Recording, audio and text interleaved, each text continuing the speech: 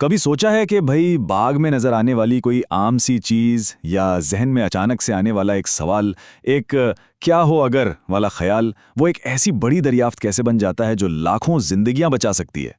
آج ہم اسی عمل کی گہرائی میں اتریں گے، وہ طریقہ جسے سائنسدان زندگی کی ان بڑی بڑی پہیلیوں کو سلجھانے کے لیے استعمال کرتے ہیں۔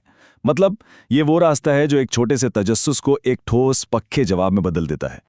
تو سوال یہی ہے کہ آخر ایک سائنسدان کے ذہن میں اٹھنے والا کوئی سوال ہماری کتابوں میں چھپنے والی ایک حقیقت کیسے بن جاتا ہے؟ یہ ایک پورا سفر ہے، اور آج ہم اسی سفر کو قدم بقدم سمجھنے والے ہیں۔ اچھا، تو اس سفر کا نام ہے حیاتیاتی طریقہ یعنی بایولوجیکل میتھڈ، اور یہ صرف کچھ اصولوں کی لسٹ نہیں ہے، بلکہ یہ ایک بہت ہی پاورفل ٹول ہے، ایک ایسا آلہ جو تکوں کو سچ سے الگ کرتا ہے۔ آپ سمجھیں کہ ایک منظم راستہ ہے جو ہمیں بھٹکنے نہیں دیتا اور سیدھا علم کی منزل تک لے جاتا ہے۔ تو چلیں اب دیکھتے ہیں دریافت کا خاکہ۔ اس پورے عمل کو ایک روڈ میپ کی طرح سمجھنا چاہیے، ایک ایسا نقشہ جس پر چل کر سائنسدان اپنی منزل تک پہنچتے ہیں بغیر بھٹکے۔ آئیے اس نقشے پر ایک نظر ڈالتے ہیں۔ تو یہ ہیں وہ 6 اہم مراحل، حیاتیاتی طریقہ کار کے 6 سٹیپس۔ پہلا، مسئلے کی شناخت، پھر مشاہدات، اس کے بعد مفروضہ، پھر استخراجی نتائج، 5واں مرحلہ تجربات، اور آخر میں نتائج اور رپورٹنگ۔ یہ پورا عمل انہی 6 سٹیپس پر کھڑا ہے۔ کسی مسئلے کو پہچاننے سے لے کر اپنی دریافت کو پوری دنیا تک پہنچانے تک ہر قدم بہت ضروری ہے۔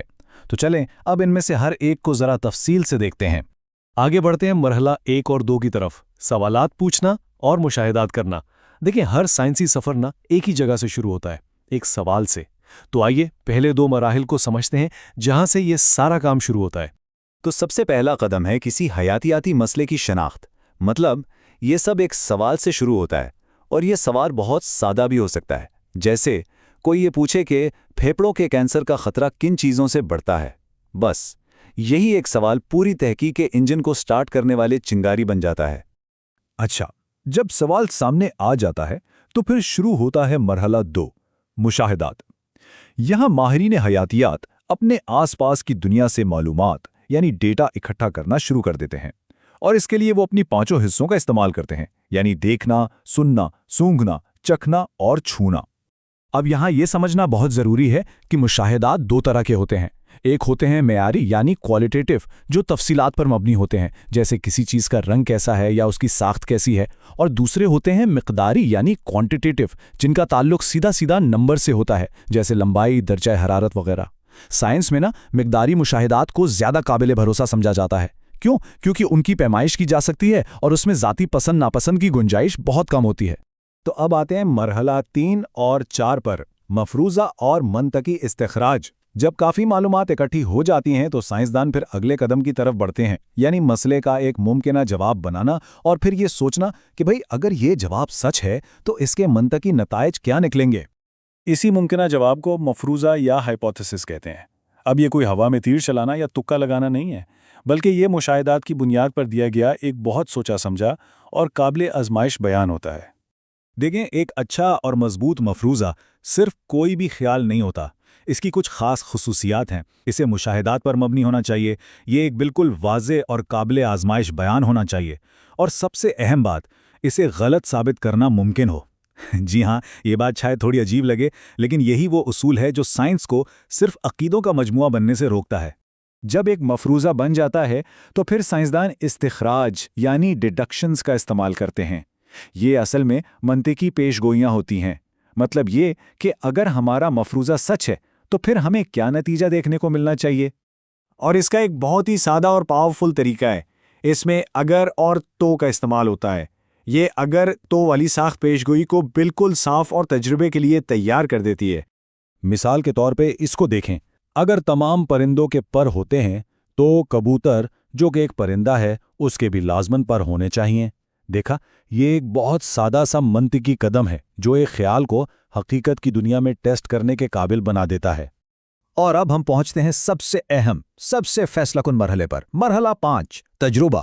یہ وہ لمحہ ہے جہاں سارے خیالات اور نظریات کو حقیقت کی کسوٹی پر پرکھا جاتا ہے۔ تجربے کا بنیادی مقصد ہی یہی ہوتا ہے کہ یہ دیکھا جائے کہ ہماری وہ اگر تو والی پیش گوئیاں اصل دنیا میں پوری اترتی ہیں یا نہیں۔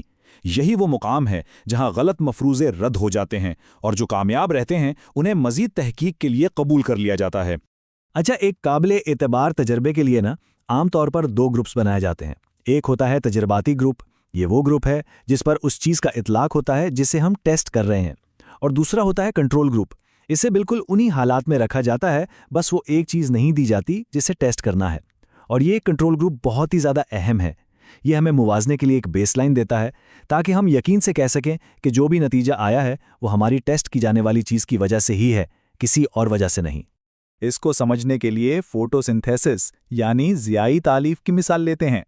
فرض کریں ہمیں یہ جانچنا ہے کہ پودوں کو کاربن ڈائی آکسائڈ کی ضرورت ہے یا نہیں، تو تجرباتی گروپ والے پودے کو CO2 نہیں دی جائے گی، جبکہ کنٹرول گروپ والے پودے کو CO2 ملے گی۔ اب بس دونوں کے نتائج کا موازنہ کر لیں، جواب خود بخود سامنے آ جائے گا۔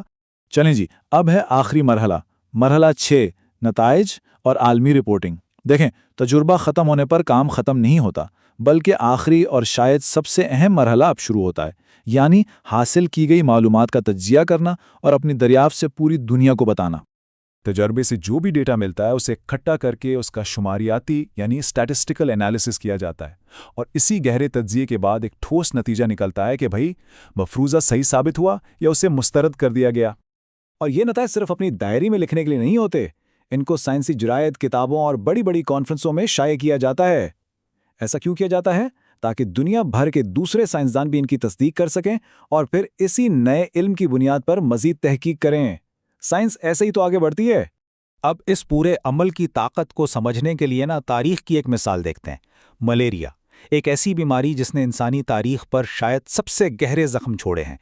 سوچیں، 2000 سال سے بھی زیادہ عرصے تک کوئی یہ نہیں جانتا تھا کہ یہ جان لیوا بیماری آخر ہوتی کیوں ہے۔